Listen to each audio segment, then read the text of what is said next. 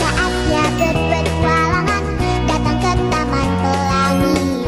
Bersama teman-teman semua, yuk kita saling membantu. Aku punya tas berlari dengan si Joko. Bergegaslah ayo berpetualang. Saatnya rainbow. Assalamualaikum warahmatullahi wabarakatuh. Salam sejahtera bagi kita semua.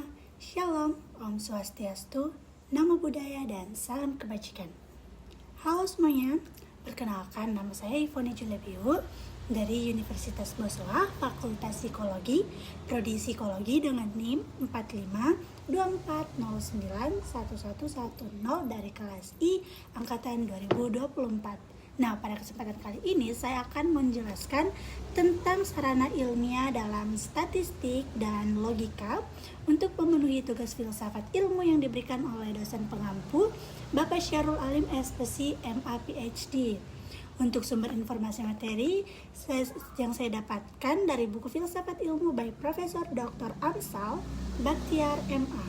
Nah, langsung saja kita masuk pada materinya. Yang poin pertama yang kita bahas di sini adalah statistik. Jadi kita akan membahas dulu pengertian statistik. Nah, pada mulanya kata statistik diartikan sebagai keterangan-keterangan yang dibutuhkan oleh negara dan berguna bagi negara. Secara etimologi, kata statistik berasal dari kata status, yaitu bahasa Latin, yang mempunyai persamaan arti dengan kata state, yaitu bahasa Inggris, yang dalam bahasa Indonesia diterjemahkan dengan negara. Pada mulanya, kata statistik diartikan sebagai kumpulan bahan keterangan atau data, baik yang terwujud angka atau data kuantitatif maupun yang tidak berwujud angka atau data kuantitatif, yang mempunyai arti penting dan kegunaan yang besar bagi suatu negara. Nah, namun pada perkembangan selanjutnya, arti kata statistik hanya dibatasi pada kumpulan bahan keterangan yang berwujud angka atau data kuantitatif saja. Nah, selanjutnya sejarah perkembangan statistik. Peluang yang merupakan dasar teori statistika merupakan konsep baru yang tidak dikenal dalam pemikiran Yunani kuno, Romawi, dan bahkan Eropa. Dalam abad pertengahan, teori mengenai kombinasi bilangan sudah terdapat dalam aljabar yang dikembangkan sarjana muslim, namun bukan dalam lingkup teori peluang. Begitu dasar-dasar peluang ini dirumuskan, maka dengan cepat bidang telaahan ini berkembang. Konsep statistika sering dikaitkan dengan distribusi variabel yang ditelaah dalam suatu populasi tertentu. Nah, Abraham de Montret pada 1667 sampai 1754 mengembangkan teori galat atau kekeliruan, yaitu theory of error pada tahun, dan sedangkan pada tahun 1757 Thomas Simpson menyimpulkan bahwa terdapat sesuatu distribusi yang berlanjut atau continuous distribution dari suatu variabel dalam suatu frekuensi yang cukup. Nah, Pierre Simon de Laplace pada 1749 sampai 1827 mengembangkan konsep de Moivre dan Simpson ini lebih lanjut dan menemukan distribusi normal, sebuah konsep mungkin paling umum dan paling banyak dipergunakan dalam analisis statistika di samping teori peluang. Yang selanjutnya, hubungan antara sarana ilmiah bahasa, logika, matematika, dan statistika. Sebagaimana telah dibahas sebelumnya, agar dapat melakukan kegiatan berpikir ilmiah dengan baik, diperlukan sarana yang berupa bahasa, logika, matematika, dan juga statistika. Nah, bahasa merupakan alat komunikasi verbal yang dipakai dalam seluruh proses berpikir ilmiah, di mana bahasa merupakan alat berpikir dan alat komunikasi untuk menyampaikan jalan pikiran tersebut kepada orang lain. Nah, ditinjau dari pola berpikirnya, maka ilmu merupakan gabungan antara berpikir deduktif dan berpikir induktif. Untuk itu, penalaran ilmiah menyadarkan diri kepada proses logika deduktif dan logika induktif. Nah, matematika sendiri mempunyai peranan yang penting dalam berpikir deduktif, sedangkan statistika mempunyai peran penting dalam berpikir induktif. Jadi, keempat sarana ilmiah ini saling berhubungan erat satu sama lainnya. Nah, bahasa sendiri itu kan merupakan sarana komunikasi. Nah, maka segala sesuatu yang berkaitan dengan komunikasi tidak akan terlepas dari bahasa. Seperti berpikir sistematis dalam menggapai ilmu dan pengetahuan. Dengan kata lain, tanpa mempunyai kemampuan berbahasa, maka seseorang tidak dapat melakukan kegiatan ilmiah secara sistematis dan teratur. Sekarang kita akan membahas tentang tujuan pengumpulan data statistik. Jadi, tujuan dari pengumpulan data statistik itu dapat dibagi ke dalam dua golongan besar, yang secara kasar dapat dirumuskan sebagai tujuan sebagai praktis dan kegiatan ilmuwan.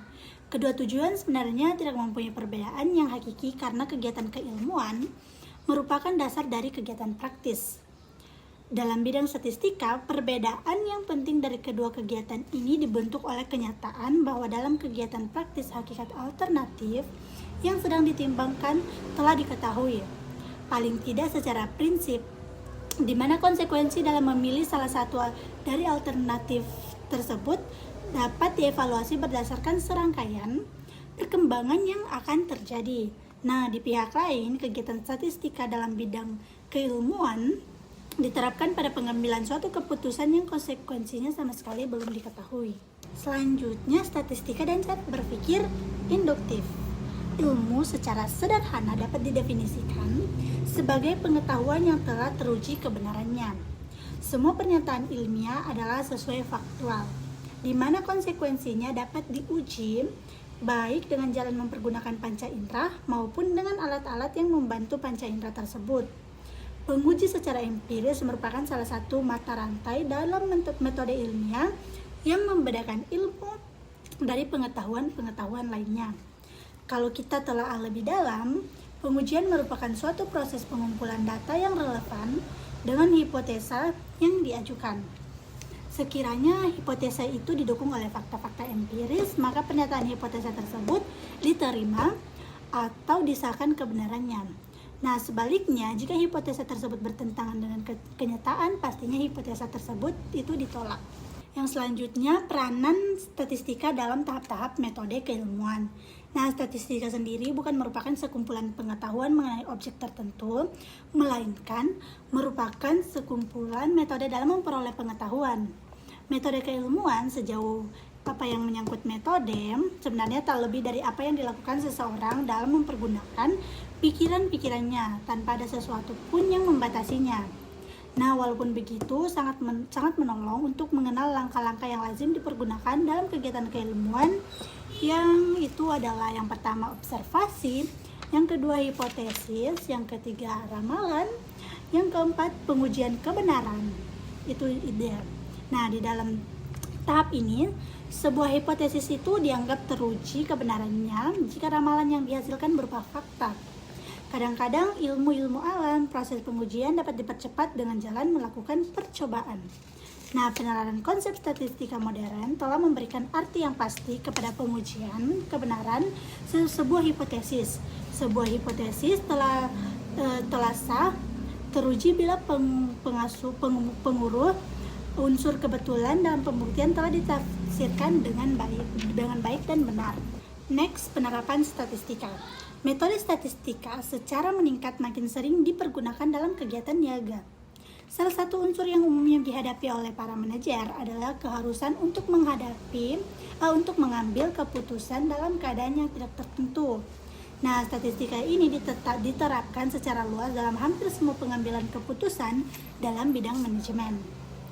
Statistika diterapkan dalam penelitian pasar, penelitian produksi, kebijaksanaan penanaman modal, kontrol kualitas, seleksi pegawai, kerangka percobaan industri, ramalan ekonomi, auditing, pemilihan risiko dalam pemberian kredit, dan masih banyak lainnya lagi. Nah, baik, sekarang kita akan masuk ke poin yang kedua kita, ialah logika.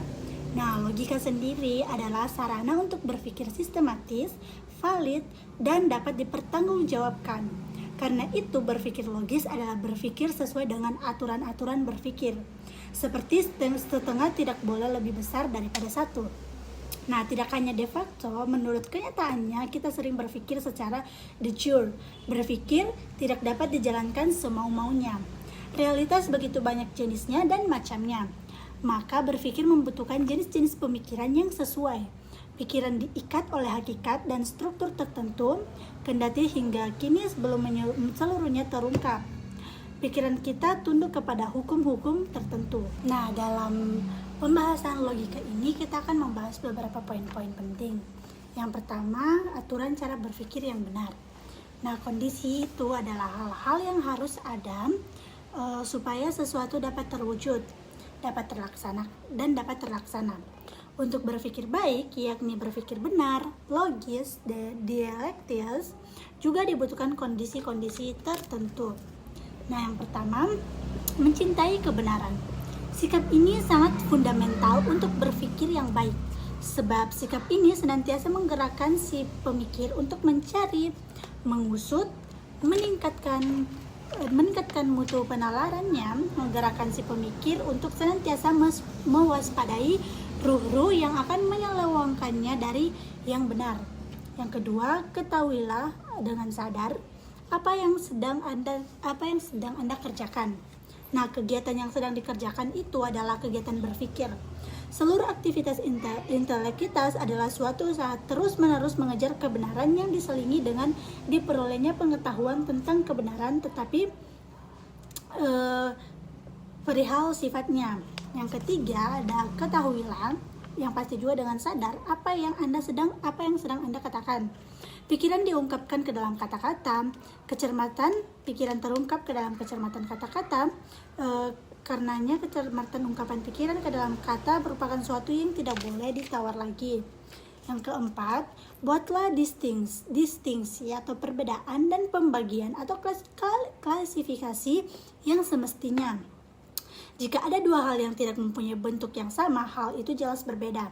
Tetapi banyak kejadian di mana dua hal atau lebih mempunyai bentuk sama namun tidak identik. Dan yang kelima, cintailah definisi yang tepat. Penggunaan bahasa sebagai ungkapan sesuatu kemungkinan tidak ditangkap sebagaimana yang akan diungkapkan atau sebagaimana yang dimaksud. Yang keenam, ketahuilah dengan sadar mengapa Anda menyimpulkan begini atau begitu. Ketahuilah mengapa Anda berkata begini atau begitu. Kita harus bisa dan biasa melihat asumsi-asumsi, implikasi-implikasi, dan konsekuensi dari suatu penuturan atau assertion, pernyataan atau kesimpulan yang kita buat. Nah, yang ke-7, hindarilah kesalahan-kesalahan dengan segala usaha dan tenaga, serta sangguplah mengenali jenis, macam, dan nama kesalahan. Demikian juga mengenali sebab-sebab kesalahan pemikiran atau penalaran. Dan poin yang keduanya lagi ialah klasifikasi. Sebuah konsep klasifikasi seperti panas atau dingin hanyalah menempatkan objek tertentu dalam sebuah kelas. Suatu konsep perbandingan seperti lebih panas atau lebih dingin mengemukakan hubungan mengenai objek tersebut dalam norma yang mencakup pengertian lebih atau kurang dibandingkan dengan objek lain. Jauh sebelum ilmu mengembangkan konsep temperatur yang dapat diukur, waktu itu kita sudah dapat mengatakan objek ini lebih panas dibandingkan dengan objek itu. Nah, poin yang terakhir ialah aturan definisi. Definisi sendiri secara etimologi adalah suatu usaha untuk memberi batasan terhadap sesuatu yang dikehendaki seseorang untuk memindahkannya kepada orang lain. Dengan kata lain, menjelaskan materi yang memungkinkan cendekiawan untuk membahas tentang hakikatnya. Definisi mempunyai peranan penting dalam pembahasan yang berkaitan dengan penjelasan tasawurat dan pembatasan makna lafaz mufradah dan di segi lain terkait dengan pembahasan tasdikat dan lafaz murakkabah. Cukup sekian penjelasan singkat dari saya. Mohon maaf bila ada salah kata. Semoga apa yang saya jelaskan dapat bermanfaat bagi teman-teman semuanya dan tentunya bagi saya juga. Sampai bertemu lagi di tugas video-video selanjutnya. Terima kasih.